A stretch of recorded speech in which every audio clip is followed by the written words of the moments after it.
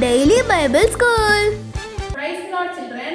Jesus loves all Daily Bible Schoolக்கு கர்த்தராகிய இயேசு கிறிஸ்துவின் இன்ப நாமத்தினால் உங்களை ஆசீர்வதித்து வரவேற்கிறேன் children. இப்போ எல்லா கைகளை கூப்பி கண்களை மூடுங்க. எல்லாம் முழுமையாக படிப்போமா? சோத்திரம் ஆண்டவரே, டெய்லி பைபிள் ஸ்கூல்ல கலந்து கொள்ளுகிற பிள்ளைகளை ஆசீர்வதியும், அவர் பெற்றோர்களை ஆசீர்வதியும், அவங்க வீட்டில் இருக்கிற வயதானதை ஆசீர்வதியும். கர்த்தாவே, கர்த்தராகிய இயேசு கிறிஸ்துவை விசுவாசி, அப்படி நீ உன் வீட்டாரும் ரட்சிக்கப்படுவீர்கள் எழுதியிருக்கப்பா. ஆண்டவரே, இந்த பிள்ளைகள் வழியாக அவர்கள் பெற்றோர்கள் ரட்சிக்கப்படட்டும். ஆண்டவரை, ரட்சிக்கப்படாத அவர்கள் உறவினர்களும் ரட்சிப்பு உண்டாகட்டும். ஆண்டவரை, உங்க அன்பு புரியட்டும்.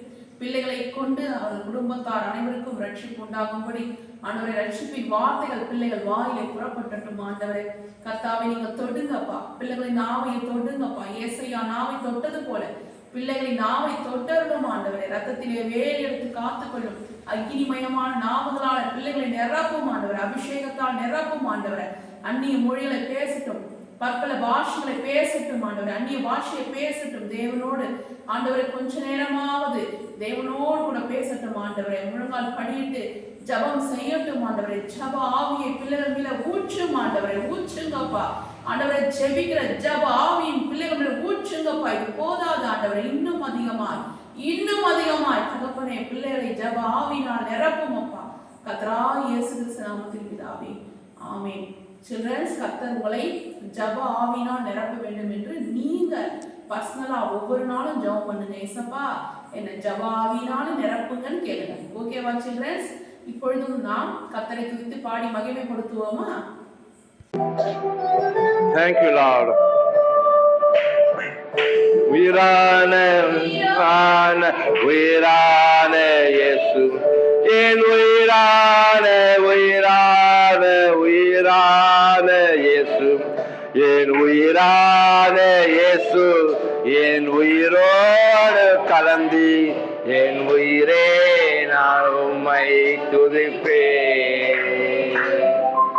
என் உயிரே நான் உம்மை துதிப்பேன். என் உயிரான இயேசு, என் உயிரான இயேசு, என் உயிரான இயேசு, என் உயிரோடு கலந்து என் உயிரே நான் உம்மை துதிப்பேன். ஆண்டவரே, என் உறவே நான் உம்மை துதிப்பேன். உமையல்லாம தேவன் ஆண்டவரே, உமையல்லாம கண்மலை யாரப்பா, துதிக்கு பாத்திரங்க கண்மலையா தேவனை உயர்த்துகிறோம்.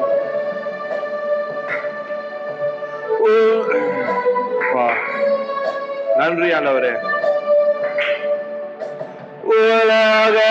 உலகமெல்லாம் மறக்குதையாம், உணர்வு எல்லாம் நீக்குதையா.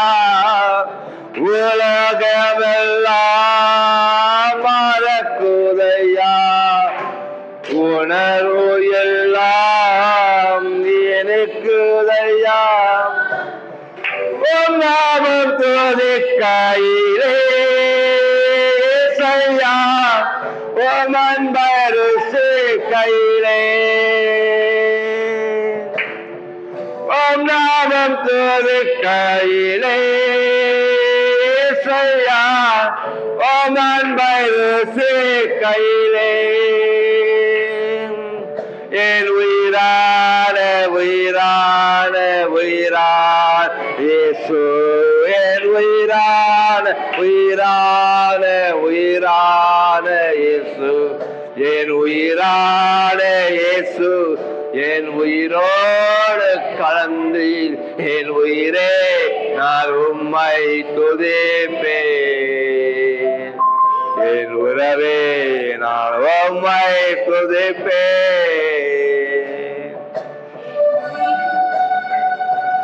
ஓ ஆவியானவரே,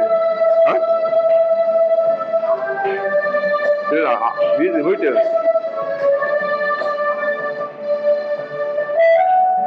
தேங்க்யூ அப்பா. நீ நல்லவர், நீ வல்லவர், நீ போதுமானவர் ஆண்டவரே. உம் வசனம் எனக்கு உணவாகும், உடலுக்கெல்லாம் மருந்தாகும். உம் வசனம் எனக்கு உணவாகும், உடலுக்கெல்லாம் மருந்தாகும்.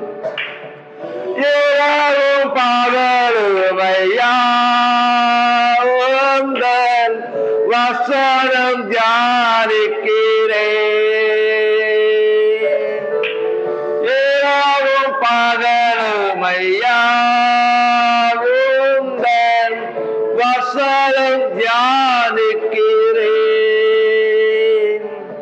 என் உயிரான உயிரான உயிரான இயேசு, என் உயிரான உயிரான உயிரான இயேசு, என் உயிரான இயேசு, என் உயிரோடு கலந்து என் உயிரே நான் உம்மை துதிப்பேன். என் உறவே நான் உம்மை துதிப்பேன். ஆமென். நன்றி. லூக்கா 9ஆம் அதிகாரம்.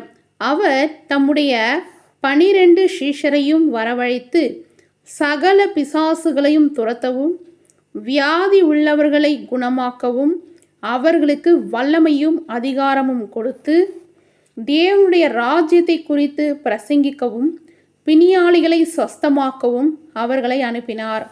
3ஆம் வசனம். அப்பொழுது அவர் அவர்களை நோக்கி, வழிக்கு தடியையாவது பையையாவது அப்பத்தையாவது காசையாவது எடுத்து கொண்டு போக வேண்டாம், 2 அங்கிகளை கொண்டு போகவும் வேண்டாம். 4ஆம் வசனம். எந்த வீட்டிலே பிரவேசிக்கிறீர்களோ அங்கே தங்கி அங்கே இருந்து புறப்படுங்கள். 5ஆம் வசனம். உங்களை ஏற்றுக்கொள்ளாதவர்கள் எவர்களோ அவர்களுடைய ஊரை விட்டு நீங்கள் புறப்படும் பொழுது அவர்களுக்கு சாட்சியாக உங்கள் கால்களில் படிந்த தூசியை உதறி போடுங்கள் என்றார். 6ஆம் வசனம். அவர்கள் புறப்பட்டு போய் கிராமங்கள் தோறும் திரிந்து எங்கும் சுவிசேஷத்தை பிரசங்கித்து பிணியாளிகளை குணமாக்கினார்கள். 7ஆம் வசனம். அப்பொழுது கார்பாங்கு தேசாதிபதியாகிய ஏரோது அவரால் செய்யப்பட்ட யாவையும் கேள்விப்பட்டதுமின்றி சிலர் யோவான் மரித்தோரிலிருந்து எழுந்தான் என்றும், 8ஆம் வசனம். சிலர் எலியா தோன்றினான் என்றும், வேறு சிலர் பூர்வ காலத்து தீர்க்கதரிசிகளில் ஒருவன் உயிர்த்தெழுந்தான் என்றும் சொல்லி கொண்டபடியால் கலக்கமடைந்து 9ஆம் வசனம். யோவானை நான் சிரம் சேதம் பண்ணினேன், இவன் இப்படிப்பட்டவைகளை செய்கிறான் என்று கேள்விப்படுகிறேனே, இவன் யார் என்று ஏரோது சொல்லி அவரை பார்க்க விரும்பினான். 10ஆம் வசனம். அப்போஸ்தலர் திரும்பி வந்து தாங்கள் செய்த யாவையும் அவருக்கு விவரித்து சொன்னார்கள். அப்பொழுது அவர் அவர்களை கூட்டிக் கொண்டு தனித்திருக்கும்படி பெத்சாய்தா என்னும் பட்டணத்தை சேர்ந்த வனாந்திரமான ஒரு இடத்துக்கு போனார். 11ஆம் வசனம். ஜனங்கள் அதை அறிந்து அவர் பின்னே போனார்கள். அவர்களை அவர் ஏற்றுக்கொண்டு தேவனுடைய ராஜ்யத்தை குறித்து அவர்களுடனே பேசி சொஸ்தமடைய வேண்டுமென்றிருந்தவர்களை சொஸ்தப்படுத்தினார். 12ஆம் வசனம். சாயங்காலம் ஆகிற பொழுது 12 சேர்ந்து வந்து அவரை நோக்கி, நாம் இருக்கிற இடம் வனாந்திரமாயிருக்கிறது, சுற்றி இருக்கிற ஊர்களிலும் கிராமங்களிலும் ஜனங்கள் போய் தங்கி போஜன பதார்த்தங்களை சம்பாதித்து கொள்ளும்படி அவர்களை அனுப்பிவிட வேண்டும் என்றார்கள். 13ஆம் வசனம். அவர் அவர்களை நோக்கி, நீங்களே அவர்களுக்கு போஜனம் கொடுங்கள் என்றார். அதற்கு அவர், எங்களிடத்தில் 5 அப்பங்களும் 2 மீன்களும் மாத்திரம் உண்டு, இந்த ஜனங்கள் எல்லோருக்கும் போஜனம் கொடுக்க வேண்டியதானால் நாங்கள் போய் வாங்கி கொண்டு வர வேண்டுமே என்றார்கள். 14ஆம் வசனம். ஏறக்குறைய 5000 புருஷர் இருந்தார்கள். அவர்களை பந்திக்கு 50 பேராக உட்காரும்படி சொல்லுங்கள் என்று தம்முடைய சீஷர்களுக்கு சொன்னார். 15ஆம் வசனம். அவர்கள் அந்தபடியே எல்லோரையும் உட்காரும்படி செய்தார்கள். 16ஆம் வசனம். அப்பொழுது அவர் அந்த 5 அப்பங்களையும் அந்த 2 மீன்களையும் எடுத்து வானத்தை அண்ணார்ந்து பார்த்து அவைகளை ஆசீர்வதித்து பிட்டு ஜனங்களுக்கு முன் வைக்கும்படி சீஷர்களிடத்தில் கொடுத்தார். 17ஆம் வசனம். எல்லோரும் சாப்பிட்டு திருப்தி அடைந்தார்கள். மீதியான துணிக்கைகளை 12 கூடை நிறைய எடுத்தார்கள். பின்பு 18ஆம் வசனம். பின்பு அவர் தமது சீஷரோடு கூட தனித்து ஜெபம் பண்ணி கொண்டிருக்கையில் அவர்களை நோக்கி, ஜனங்கள் என்னை யார் என்று சொல்லுகிறார்கள் என்று கேட்டார். 19ஆம் வசனம். அதற்கு அவர்கள், சிலர் உம்மை யோவான் ஸ்நானன் என்றும், சிலர் எலியா என்றும், வேறு சிலர் பூர்வ காலத்து தீர்க்கதரிசிகளில் ஒருவர் உயிர்த்தெழுந்தார் என்றும் சொல்லுகிறார்கள் என்றார்கள். 20ஆம் வசனம். அப்பொழுது அவர், நீங்கள் என்னை யார் என்று சொல்லுகிறீர்கள் என்று கேட்டார். பேதுரு பிரதியுத்தரமாக, நீர் தேவனுடைய கிறிஸ்து என்றான். 21ஆம் வசனம். அப்பொழுது அவர் அதை ஒருவருக்கும் சொல்லாதபடிக்கு உறுதியாய் கட்டளையிட்டார். 22ஆம் வசனம். மேலும் மனுஷகுமாரன் பல பாடுகள் படவும், முப்பராலும் பிரதான ஆசாரியராலும் வேத பாரகராலும் ஆகாதவன் என்று தள்ளப்படவும் கொல்லப்படவும் 3ஆம் நாளில் உயிர்த்தெழுந்திருக்கவும் வேண்டும் என்று சொன்னார். 22ஆம் வசனம். பின்பு அவர் எல்லோரையும் நோக்கி, ஒருவன் என் பின்னே வர விரும்பினால் அவன் தன்னைத்தான் வெறுத்து தான் சிலுவையை அனுதினமும் எடுத்துக்கொண்டு என்னை பின்பற்ற கடவன். 24ஆம் வசனம். தன் ஜீவனை ரட்சிக்க விரும்புகிறவன் அதை இழந்து போவான். என் நிமித்தமாக தன் ஜீவனை இழந்து போகிறவன் அதை ரட்சித்து கொள்ளுவான். 35ஆம் வசனம். மனுஷன் உலகம் முழுவதையும் ஆதாயப்படுத்தி கொண்டாலும் தன்னைத்தான் கெடுத்து நஷ்டப்படுத்தினால் அவனுக்கு லாபம் என்ன? 26ஆம் வசனம். என்னை குறித்தும் என் வார்த்தைகளை குறித்தும் எவன் வெட்கப்படுகிறானோ அவனை குறித்தும் மனுஷகுமாரனும் தம்முடைய மகிமையோடும் பிதாவின் மகிமையோடும் பரிசுத்த தூதர்களின் மகிமையோடும் வரும்போது வெட்கப்படுவார். 27ஆம் வசனம். இங்கே நிற்கிறவர்களில் சிலர் தேவனுடைய ராஜ்யத்தை காணும் முன் மரணத்தை ருசி பார்ப்பதில்லை என்று மெய்யாகவே உங்களுக்கு சொல்லுகிறேன் என்றார். 28ஆம் வசனம். இந்த வார்த்தைகளை அவர் சொல்லி ஏறக்குறைய 8 நாளான பின்பு அவர் பேதுருவையும் யோவானையும் யாக்கோபையும் கூட்டிக் கொண்டு ஜெபம் பண்ணுகிறதற்கு ஒரு மலையின் மேல் ஏறினார். 29ஆம் வசனம். அவர் ஜெபம் பண்ணுகையில் அவருடைய முகரூபம் மாறிற்றே, அவருடைய வஸ்திரம் வெண்மையாகி பிரகாசித்தது. 30ஆம் வசனம். அன்றியும் மோசே எலியா என்னும் 2 பேரும் மகிமையோடு காணப்பட்டு அவருடனே சம்போஷணை பண்ணி. 31ஆம் வசனம். அவர் எருசலேமிலே நிறைவேற்றப் போகிற அவருடைய மரணத்தை குறித்து பேசி கொண்டிருந்தார்கள். 32ஆம் வசனம். பேதுருவும் அவனோடு இருந்தவர்களும் நித்திரை மயக்கமாயிருந்தார்கள். ஆகிலும் அவர்கள் விழித்து அவருடைய மகிமையும் அவருடைய நின்ற அவ்விரண்டு பேரையும் கண்டார்கள். 33ஆம் வசனம். அவ்விருவரும் அவரை விட்டு பிரிந்து போகையில் பேதுரு இயேசுவை நோக்கி, ஐயரே, நாம் இங்கே இருக்கிறது நல்லது. உமக்கு ஒரு கூடாரமும் மோசேவுக்கு ஒரு கூடாரமும் எலியாவுக்கு ஒரு கூடாரமாக 3 கூடாரங்களை போடுவோம் என்று தான் சொல்லுகிறது இன்னதென்று அறியாமல் சொன்னான். 34ஆம் வசனம். இப்படி அவன் பேசுகையில் ஒரு மேகம் வந்து அவர்கள் மேல் நிழலிட்டது. அவர்கள் அந்த மேகத்துக்குள் பிரவேசிக்கையில் சீஷர்கள் பயந்தார்கள். 35ஆம் வசனம். அப்பொழுது இவர் என்னுடைய நேசகுமாரன், இவருக்கு செவி கொடுங்கள் என்று மேகத்திலிருந்து ஒரு சத்தம் உண்டாயிற்று. 36ஆம் வசனம். அந்த சத்தம் உண்டாகையில் இயேசு ஒருவரே காணப்பட்டார். தங்கள் கண்டவைகளில் ஒன்றையும் அவர்கள் அந்நாட்களில் ஒருவருக்கும் சொல்லாமல் அடக்கி வைத்திருந்தார்கள். 37ஆம் வசனம். மறுநாளில் அவர்கள் மலையில் இருந்திறங்கின போது திரளான ஜனங்கள் அவருக்கு எதிர்கொண்டு வந்தார்கள். 38ஆம் வசனம். அவர்களில் ஒருவன் சத்தமிட்டு, போதகரே, என் மகனை கடாட்சத்தருள வேண்டுமென்று உம்மை வேண்டிக் கொள்ளுகிறேன். அவன் எனக்கு ஒரே பிள்ளையாயிருக்கிறான். 39ஆம் வசனம். ஒரு ஆவி அவனை பிடித்திருக்கிறது. அப்பொழுது அலறுகிறான். அது அவனை நுரைத்தள்ள அலைக்கழித்து அவனை கசக்கின பின்பு அவனை விட்டு நீங்குவது அரிதா இருக்கிறது. 40ஆம் வசனம். அதை துரத்திவிடும்படி உம்முடைய சீஷரை வேண்டிக் கொண்டேன், அவர்களால் கூடாமற் போயிற்று என்றான். 41ஆம் வசனம். இயேசு பிரதியுத்தரமாக, விசுவாசமில்லாத மாறுபாடான சந்ததியே, எதுவரைக்கும் நான் உங்களோடு இருந்து உங்களிடத்தில் பொறுமையாயிருப்பேன்? உன் மகனை இங்கே கொண்டு வா என்றார். 42ஆம் வசனம். அவன் சமீபத்து வருகையில் பிசாசு அவனை கீழே தள்ளி அலக்கழித்தது. இயேசு அந்த அசுத்தாவியை அதட்டி இளைஞனை குணமாக்கி அவன் தகப்பனிடத்தில் அவனை ஒப்பு கொடுத்தார். 43ஆம் வசனம். அப்பொழுது எல்லோரும் தேவனுடைய மகத்துவத்தை குறித்து பிரமித்தார்கள். இயேசு செய்த யாவையும் குறித்து அனைவரும் ஆச்சரியப்படுகையில் அவர் தம்முடைய சீஷர்களை நோக்கி 44ஆம் வசனம். நீங்கள் இந்த வார்த்தைகளை கவனமாய் கேளுங்கள். மனுஷகுமாரன் மனுஷர் கையில் ஒப்பு கொடுக்கப்பட போகிறார் என்றார்.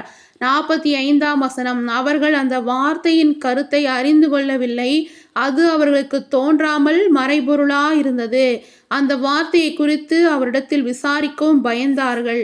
46ஆம் வசனம். பின்பு தங்களில் எவன் பெரியவனாயிருப்பான் என்கின்ற வாக்குவாதம் அவர்களுக்குள் உண்டாயிற்று. 47ஆம் வசனம்.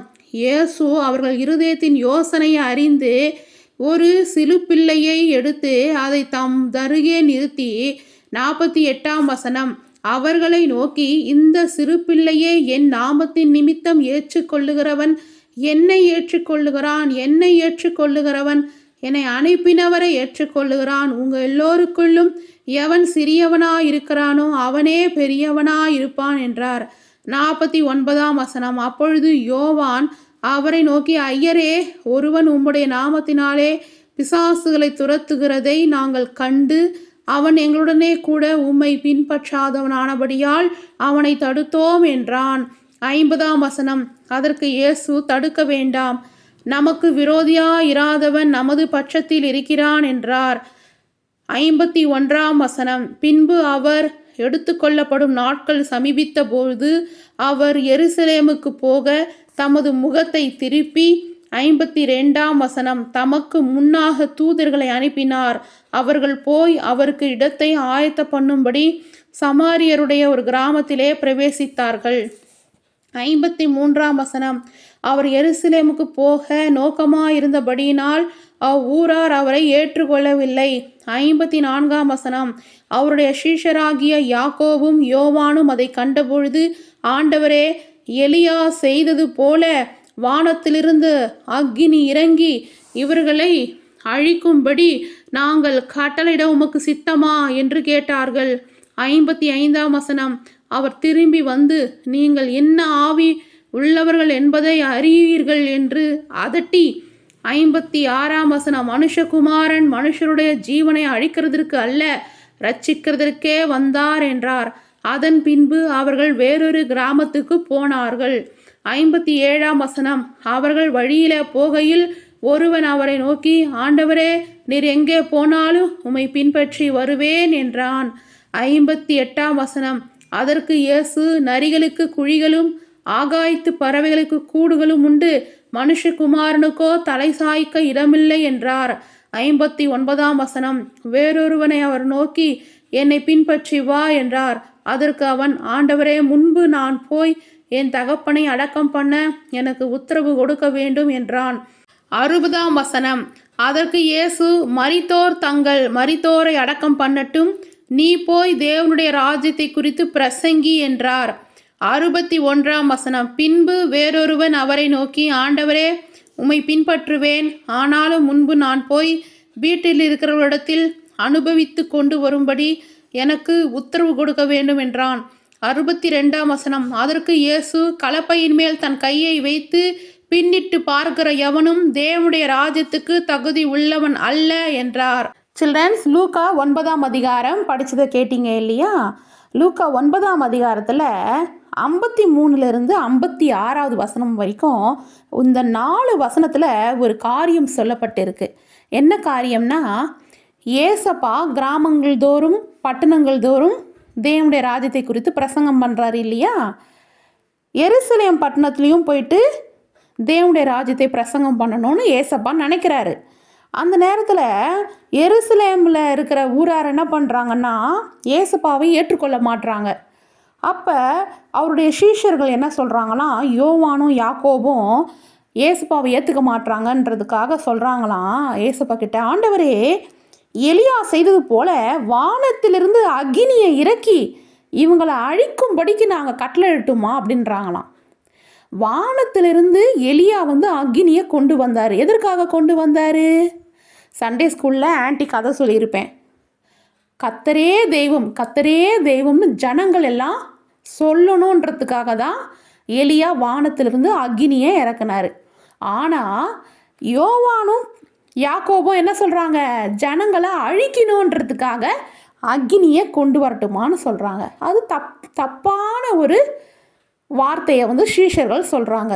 சில்ட்ரன்ஸ், இன்றைக்கும் ஏசப்பா நம்மக்கிட்ட சொல்கிறாரு என்னென்னா, யாருமே அழிஞ்சு போகணும் அப்படின்னு நினைக்கக்கூடாதான். ஓகேங்களா? என்ன அவங்க தவறு செய்திருந்தாலும் நியாயாதிபதி ஜட்ஜு யாருன்னா ஏசப்பா தான். அவர் கண்டிப்பாக கேள்வி கேட்பார், தீர்ப்பு வழங்குவார். நன்மைக்கேற்ற தீர்ப்பையும் வழங்குவார், தீமைக்கேற்ற தீர்ப்பையும் அவர் வழங்குவார். ஆனால் நம்ம ஜட்ஜு சீட்டில் உக்காந்து தீர்ப்பு வழங்கக்கூடாது. இவங்க செய்த தப்பு, இவங்க அழிஞ்சு போகணும், அவங்க நல்லா இருக்கக்கூடாது அப்படி என்ற வார்த்தையே நம்ம வாயிலிருந்து வரக்கூடாது. ஓகேவா சில்ட்ரன்ஸ்? நீங்கள் இதை மனசில் பதிய வச்சுக்கணும். எப்பவுமே ஒருத்தவங்க நல்லா இருக்கக்கூடாதுன்னு நம்ம வாயில் சொல்லவே கூடாது. அவங்க அழிஞ்சு போகணுன்னு நம்ம மனசில் கூட நினைக்கக்கூடாது. அதற்கு பதிலாக மனம் திரும்பணும் அப்படின்னு தான் நம்ம ஜெபிக்கணும்.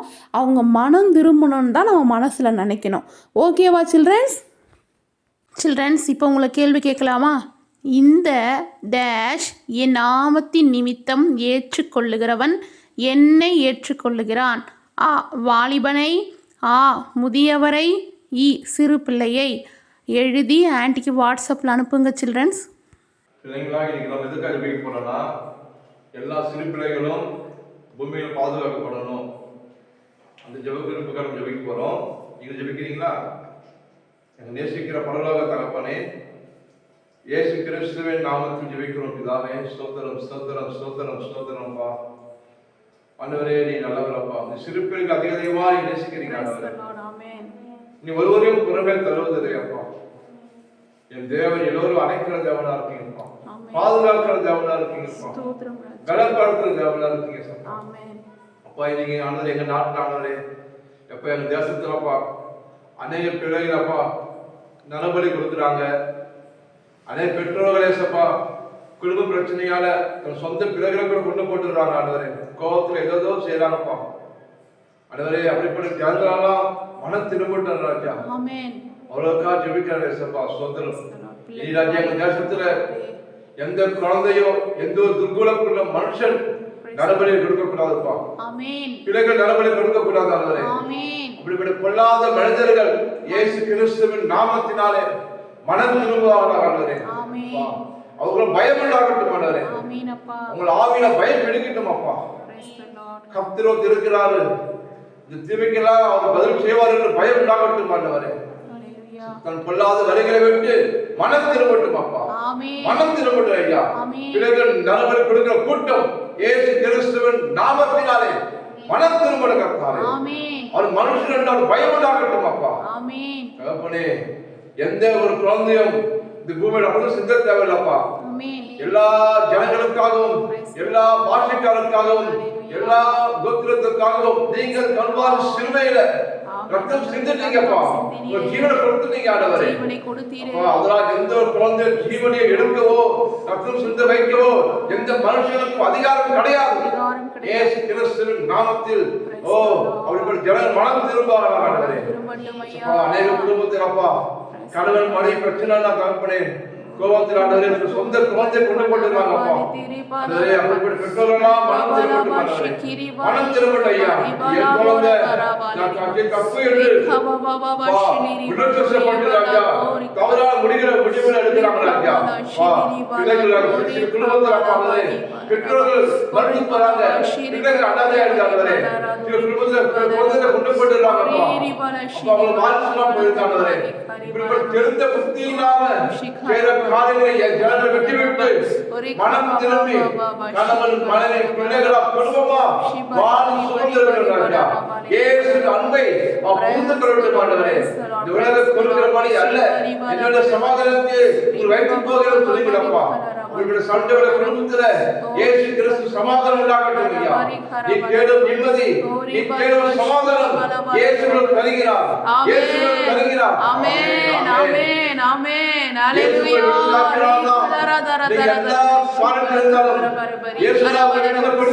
ஆமென் ஆமென் ஹalleluya.